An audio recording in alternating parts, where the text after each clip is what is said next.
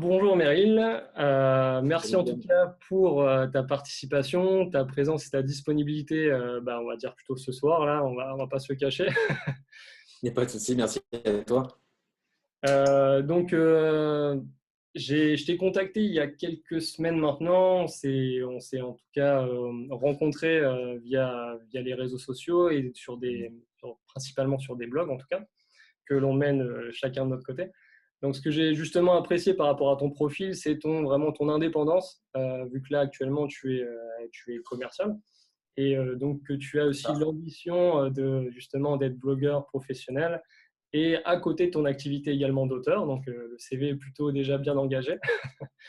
Donc, pour ceux qui Voilà. ne te connaissent pas, en tout cas, si tu as l'occasion, en tout cas, de te présenter en quelques mots, quelques phrases, pour que les gens en connaissent beaucoup plus sur toi.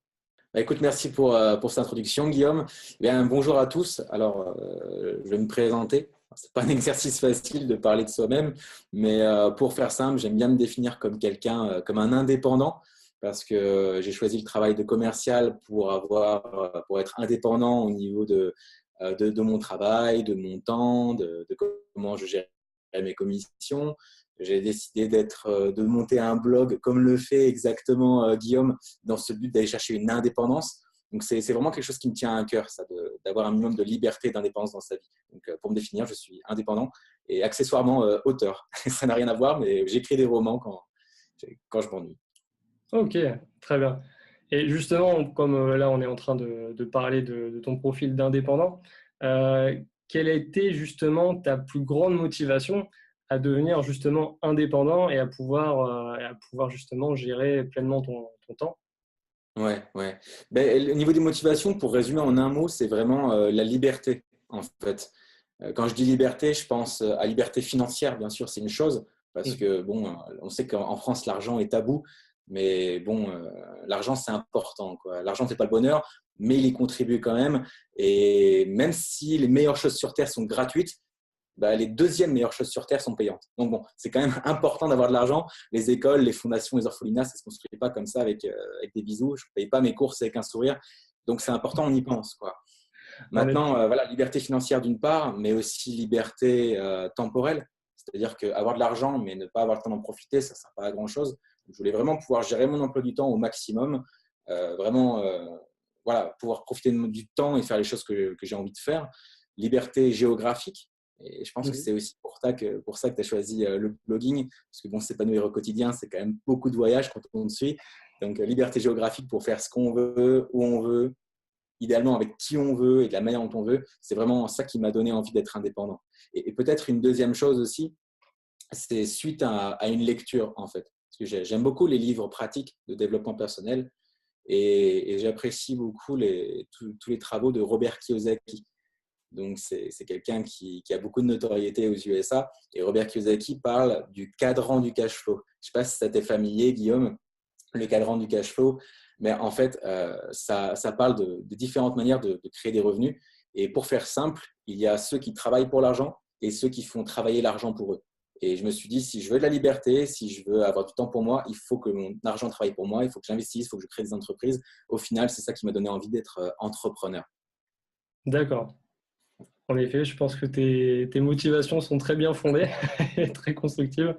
Et justement, par rapport à ça, ça fait combien de temps maintenant que tu es, on va dire, dans cette démarche, dans cet état d'esprit d'être indépendant?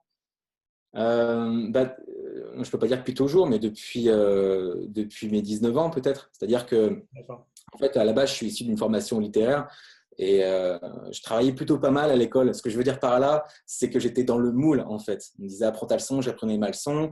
Il y avait un contrôle, j'essayais de trouver les questions en avance pour avoir une meilleure note, alors que j'allais oublier toutes les connaissances que je venais d'apprendre quelques jours plus tard. Je voulais juste faire ce qu'on me disait de faire, quoi. Et arrivé un moment, j'ai eu un déclic où j'avais plus envie de faire ce qu'on me disait de faire. Et j'avais intégré une bonne école, j'avais intégré Sciences Po Lille. Sauf qu'à côté de ça, j'avais découvert l'entrepreneuriat.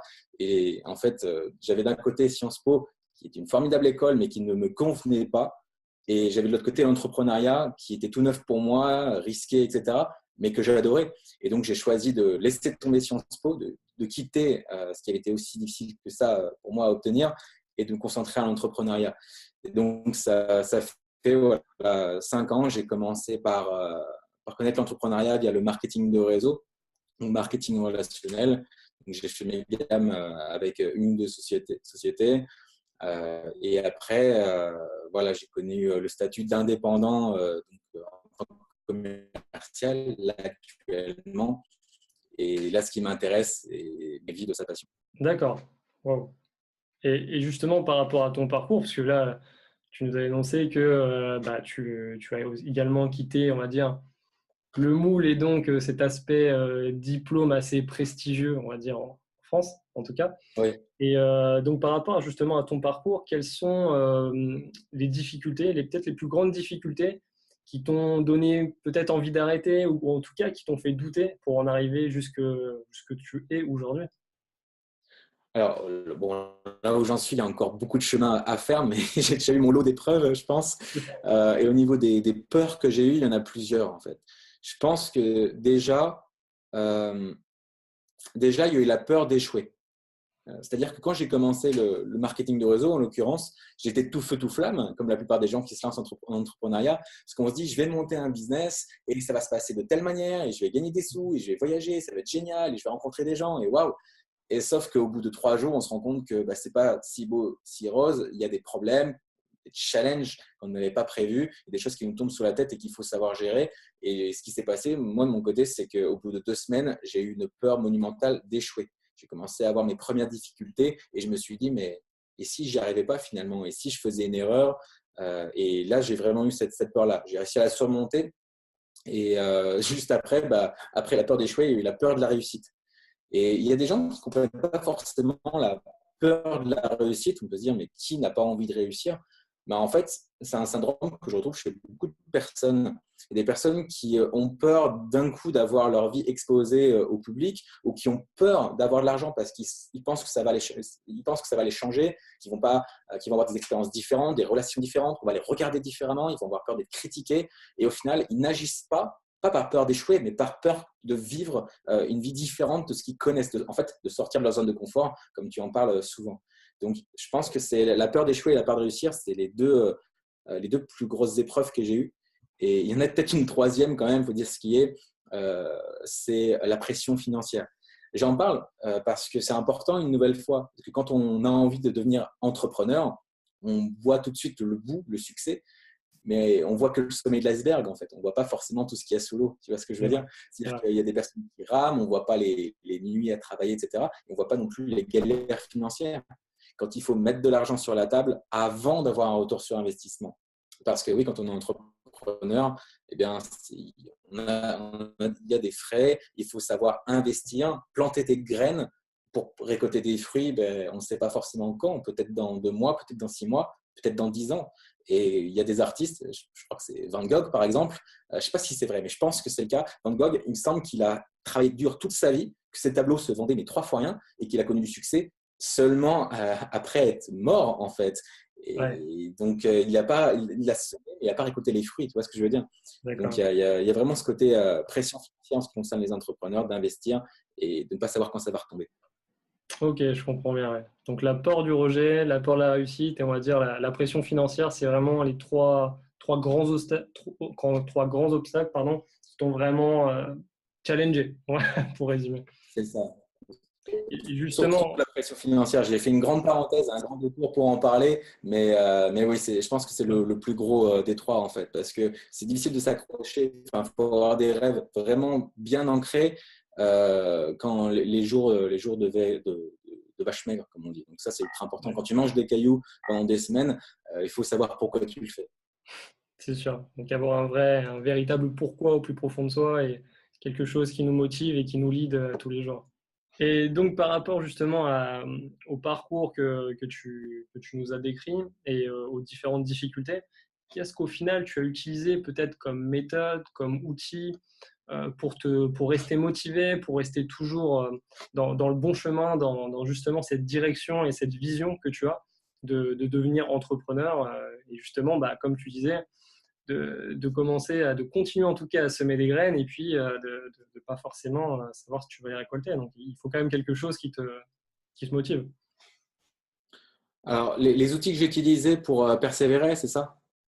si tu as des outils de persévérance, peut-être, je sais pas, des lectures ou des mentors, ou qu'est-ce qui justement t'aide en tout cas au quotidien pour continuer d'avancer?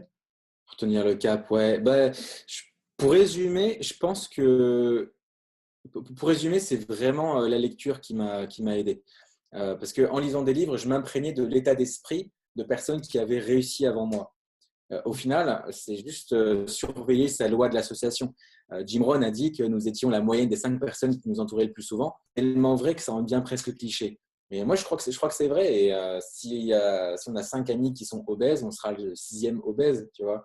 Et en ce qui est matière en entrepreneuriat, ben, je voulais m'entourer des personnes qui étaient passées par là où j'étais, qui avaient connu mes difficultés, mais qui aujourd'hui avaient atteint les objectifs que je recherchais.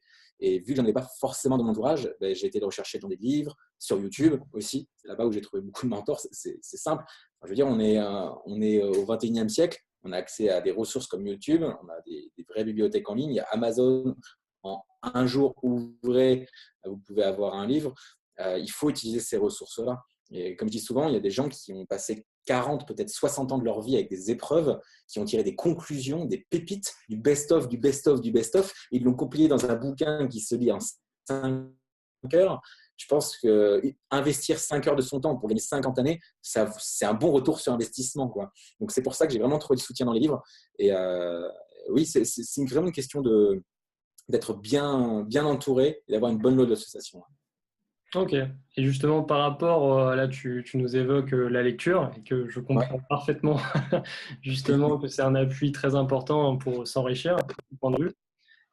Est-ce que tu as peut-être 2 ou 3 livres vraiment à conseiller à des jeunes entrepreneurs ou du moins qui ont l'esprit entrepreneur de se lancer et qui n'oseraient peut-être pas? Ouais, ouais. Ça, c'est vraiment un exercice difficile. Enfin, là, tu peux voir derrière moi, déjà, il y a un aperçu C'est de notre pour ça, bibliothèque. ouais. C'est ce que je vois. Sélectionné quelques livres, j'en ai en plus quelques-uns sur mon bureau. Non, mais pour ceux qui vraiment découvrent le rayon développement personnel de la FNAC et le rayon entrepreneuriat, il y a 2 ou 3 classiques que je recommanderais. Le premier, c'est L'effet cumulé de Darren Hardy. J'ai beaucoup apprécié ce livre. C'est un des tout premiers que j'ai lu et un des plus impactants de ma vie. Et c'est une théorie, un concept qui veut que les efforts accumulés jour après jour finiront par faire un effet boule de neige et vous récolterez des fruits quelques temps plus tard. C'est un livre très très bien fait par l'éditeur du magazine Success. Donc bon, c'est pas n'importe qui, Darren Hardy. Donc première chose, l'effet cumulé. Et au passage, petite parenthèse, il est très difficile à trouver en France à l'heure actuelle. Donc peut-être que vous pouvez essayer de trouver des résumés ou éventuellement le lire en anglais. En tout cas, si vous avez la possibilité de le lire, je le recommande. Très bien. Deuxième, je ne vais pas être très original là non plus, mais Comment se faire des amis de Dale Carnegie. Je pense que ce livre, c'est le meilleur retour sur investissement parce qu'il coûte quoi, 6 ou 7 euros et il apporte une richesse infinie parce qu'il va améliorer vos relations personnelles, professionnelles. Et le titre peut paraître naïf, Comment se faire des amis, mais ce n'est pas simplement pour les introvertis qui n'ont pas de copains. C'est vraiment un livre pour convaincre. C'est-à-dire que le titre original, c'est Comment se faire des amis et influencer les autres. Autrement dit, comment transformer vos ennemis, vos adversaires en amis et les rallier à votre cause. Un livre extrêmement puissant, des concepts indémodables. Et je me suis vraiment décidé à le lire le jour où j'ai vu une photo d'Eminem, le rappeur, oui, en train de lire Comment se faire des amis. Donc voilà, celui-là. Et puis en troisième, franchement, ça dépend des lectures du moment. Là, en ce moment, il y en a un qui fonctionne bien de livre, c'est Miracle Morning, qui est pas mal à la mode. Mais si je devais en recommander un, ça serait vraiment pour les entrepreneurs, réfléchissez et devenez riche. Pareil, c'est très conceptuel, ce sont des lois, c'est pas un livre pratique, c'est vraiment des lois, ça reste, oui, conceptuel donc, mais c'est une super philosophie de succès, quoi. Ok. Bah, merci de ton partage en tout cas sur ces 3 livres. Et Avec en plaisir. effet, c'est vrai que, bon, comme tu l'as dit, on a accès à l'information maintenant très facilement et en plus on va dire, à très bas prix, parce que les livres que tu as cités coûtent moins de 10 euros. Donc, Avec tout ça, ouais, bien sûr. je le recommande également, c'est vraiment des pépites. Donc, il ne faut pas hésiter justement à avoir Ah, ça. il y a un quatrième livre, un quatrième livre que je vous recommande, c'est celui-ci. Bon, là, il y en a plusieurs, mais c'est Ah oui, Hypercube, mais Camus. Non, mais c'est parce que là, c'est un lot de 5 livres. Oui, Donc, je c'est me suis dit, impressionnant c'est comme un ça. sacré bouquin. Ouais, non, non, ça fait vraiment encyclopédie. Sinon, je précise, non, il y a 5 livres, Hypercube de Michael Camus. Non, je plaisante parce que c'est moi qui l'écris, mais c'est un roman. Rien à voir avec le développement personnel. T'as bien fait de nous le dire en tout cas. Mais écoute, moi, j'en ferai bien la lecture. Hein? Moi, j'en ferai bien la Oui. lecture en tout cas. Ah bah, Avec écoute, plaisir. volontiers, avec plaisir. En tout cas, merci pour ces recommandations. On va continuer sur l'esprit recommandation, vu qu'on est parti là, dans ce domaine-là. On entend, on peut suivre beaucoup de personnes. Comme toi, tu l'as dit également, tu suis des personnes sur YouTube. On entend beaucoup de conseils. Il y en a qui sont plus ou moins applicables. Est-ce que toi, tu as un conseil, en tout cas, que tu n'entends pas forcément et qui permettrait de s'enrichir dans sa vie? Euh, Pareil, je ne dis pas forcément financièrement, même si il y a forcément un objectif des fois financier, il ne faut pas se le cacher, mais au moins de s'enrichir au niveau de l'état d'esprit, du temps, de l'entourage. Est-ce que vraiment toi, tu as un conseil vraiment dont tu t'appuies vraiment au quotidien et qui fait une différence en tout cas dans ton parcours? Oui, oui, il y a peut-être un de conseil, c'est plus un constat, mais c'est que on n'a qu'une vie en fait. Et il n'y a pas de mode replay une fois qu'on est arrivé à la fin, vraiment. Et ce que je veux dire par là, c'est que chaque journée est précieuse. Voilà. Moi, je pars du postulat que la vie est précieuse, que du coup, chaque année est précieuse, chaque mois, chaque semaine, mais quand on y réfléchit, chaque journée est précieuse. Peut-être pas chaque heure, parce qu'il faut savoir se détendre, il ne faut pas déconner non plus, mais chaque journée, moi, ce que je fais, c'est que je m'attelle à avoir fait un pas supplémentaire en direction de mes objectifs, mes différents objectifs, chaque jour. Une journée où je n'ai pas avancé dans ma vie professionnelle, même familiale, ou autre, une journée qui m'a pas fait évoluer, c'est une journée de gaspiller. Et c'est la ressource la plus précieuse sur Terre, donc il ne faut pas le gaspiller. Donc voilà, juste chercher à rentabiliser, entre guillemets, Mhm. chacune de vos journées. C'est la clé que je pourrais vous donner. Avec ça, vous êtes sûr d'avancer. Oui, oh, ça me fait penser, tu vois, à une citation de Brian Tracy. Alors, je ne pourrais pas te la ressortir cash comme ça, mais il dit que ne cherchez pas à améliorer vos performances de 100% ou de 1000%. Cherchez juste à vous améliorer de 0,1% chaque jour. Donc, c'est un millième de 100% en fait. Mais juste 0,1% plus 0,1%, et bien, au bout de quelques mois, quelques années, vous avez carrément décuplé vos résultats. Tout à fait. Il le dit avec plus de classe, hein, c'est l'idée. Bon, j'irai vérifier alors. En effet, c'est vraiment les petits pas qui comptent au quotidien et qui font la différence. Donc, c'est une C'est ça, espèce de persévérance et de rigueur qu'on doit avoir pour avancer au jour le jour. tout à fait. Bah, merci de ton conseil en tout cas. Et par rapport à ça, est-ce que toi, parce que bon, tu es vraiment, ça se ressent également, mais par rapport à ton profil, ton parcours, tes expériences, tes habitudes également, on en reviendra un petit peu après, euh, tu es très axé dans le développement personnel. Donc, quelle action vraiment tu as entrepris dans ton évolution? Et je parlerai même de ta transformation, parce que tu nous as parlé qu'à 19 ans, c'est vraiment là où il y a eu un déclic, où il y a eu vraiment un lancement d'un plutôt entrepreneurial. Quelle Mmh. action, en tout cas, tu as entrepris, on va dire, sur ton développement personnel qui a vraiment transformé ta vie? Et puis, je pense qu'elle transforme encore la tienne actuellement. Alors, les actions, il y a ce côté-là de ne pas laisser passer une seule journée, déjà. Après, il y a plusieurs choses. Je tourne un peu en rond, mais la lecture. Alors, pour préciser, je lis 2 pages par jour. Tu parlais D'accord. d'habitude tout à l'heure, en voilà une. Je lis 2 pages d'un livre pratique par jour. Alors, vous allez me dire, mais 2 pages, tu dois mettre combien de temps à lire un livre? 4 ans?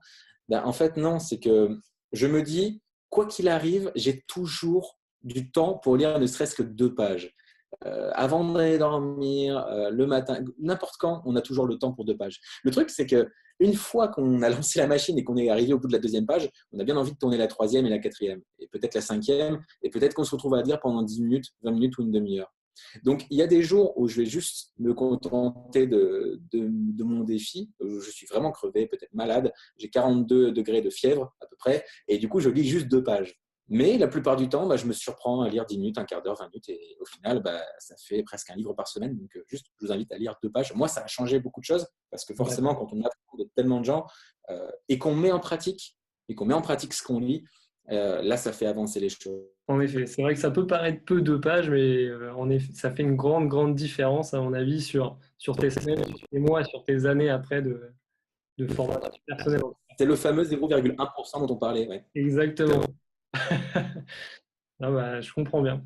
Et par rapport justement à tes habitudes, tu nous parles beaucoup de la lecture, et ce que je conçois qui est quelque chose, je pense, qui est une habitude que tout le monde devrait ancrer, en tout cas dans son quotidien, qui a une importance énorme. Et est-ce que tu as une autre habitude peut-être qui se distingue chez toi et qui fait que bah, vraiment tu as une évolution personnelle assez constante et que tu arrives à aller plus loin? Alors, j'ai une liste de 154 habitudes. On va la regarder une par une. Ouais, il y en a quelques-unes. Alors, je sais que tu aimes beaucoup la nutrition et le sport, et à juste titre, je pense que c'est des habitudes ultra importantes. Moi, c'est la nutrition qui pêche un peu chez moi et que j'essaie de corriger. Par contre, au niveau du sport, mais oui, quand on regarde tous les bienfaits qu'il y a à faire du sport, il faut en faire 2 séances minimum par semaine. Ça, c'est l'habitude que je me suis fixée. Encore une fois, c'est une petite habitude. Pour te dire, Guillaume, je ne me suis pas fixé de faire 2 séances de sport par semaine. Je me suis fixé de me rendre 2 fois par semaine à la salle de sport. Et si jamais vraiment je ne le sens pas, j'ai le droit de faire demi-tour sans culpabiliser. Et c'est exactement le même principe que pour les 2 pages, c'est qu'une fois devant la salle de sport, on se dit ça serait vraiment bête de faire demi-tour, donc j'y vais. Et puis voilà, et au final, on fait la séance, quoi. Donc c'est une petite astuce si vous avez du mal à vous motiver. Parce que là, vous allez me dire, mais oui, mais Meryl, je sais qu'il faut faire du sport, c'est bon pour s'oxygéner, ça permet de mieux réfléchir, en plus on est un peu plus fit et c'est bien pour l'été, machin. Oui, le problème, c'est pas ce que vous savez, c'est de le faire, en fait. Chris Guillebeau disait à juste titre que le fossé entre le savoir et l'action est bien. Et non, je suis en train de. Non, c'est pas ça. Attends. Le fossé. Non, j'arriverai pas à la ressortir. C'est bon, il y a 2 minutes. Franchement, c'est lui le titre de citationmotivante.com? C'est lui? Oui. Ah, attends. On dira pas. On dira que tu as un autre blog. T'inquiète pas. Attends. Bon, peu importe, mais Ça va revenir. Bon, peu importe où cette citation, elle me reviendra. Du coup, j'en perds le fil, mais juste, oui, l'important, c'est pas ce que vous savez, c'est ce que vous faites avec ce que vous savez. Voilà, c'est le gouffre entre ce que vous savez et ce que vous faites est bien plus petit que celui entre ce que vous faites. Et j'arriverai pas à ressortir cette citation. Je la retrouve. Je suis sûr qu'on t'a tous compris par rapport justement à l'aspect théorique et pratique. Il faut passer à l'action en tout cas ouais, bien sûr. Pour pallier ce fameux fossé. Bien sûr, le fameux fossé. Donc.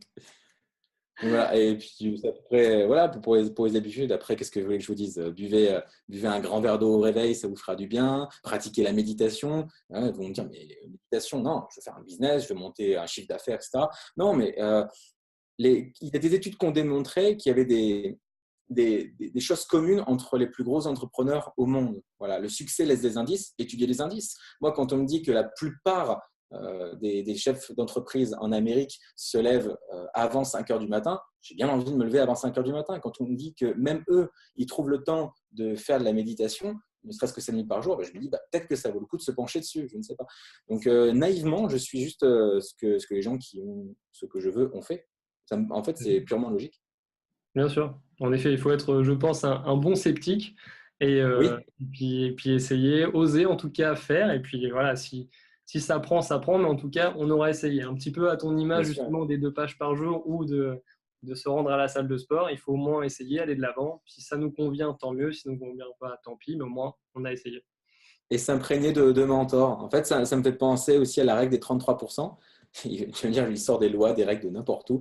Mais c'est vrai, c'est qu'il faut prendre du temps, disons un tiers de notre temps pour s'imprégner des mentors, des livres, etc. Il faut prendre 33% de notre temps à partager avec nos pairs, les personnes qui sont comme nous et qui on peut avancer. Et il faut prendre aussi 33% de son temps pour enseigner ce qu'on sait aux autres qui ont besoin de notre aide. Donc, je pense que c'est tout un processus. La vie, c'est simplement apprendre, agir. Et c'est surtout apprendre, agir et transmettre aux autres. C'est comme ça que je vois les choses, en tout cas. Tout à fait. Tout à fait. Bah, je pense que c'est une très belle vision et que tout le monde, en tout cas, devrait avoir cette vision-là, en tout cas, pour justement être aussi un aspect très, très humble d'apprendre des autres et aussi de transmettre. Donc, Oui. c'est un beau message en tout cas que tu nous fais passer. Il faut être humble, hein. Comme disait un de mes mentors, un ami de Seattle, il disait Big ego, small bank accounts. Donc voilà, si vous n'avez pas d'humilité, vous aurez des petits comptes en banque. Ça résume bien. Pragmatique, hein. Ah, tout à fait, là. On ne peut pas être plus factuel. Et bah, justement, tu viens d'évoquer un mentor.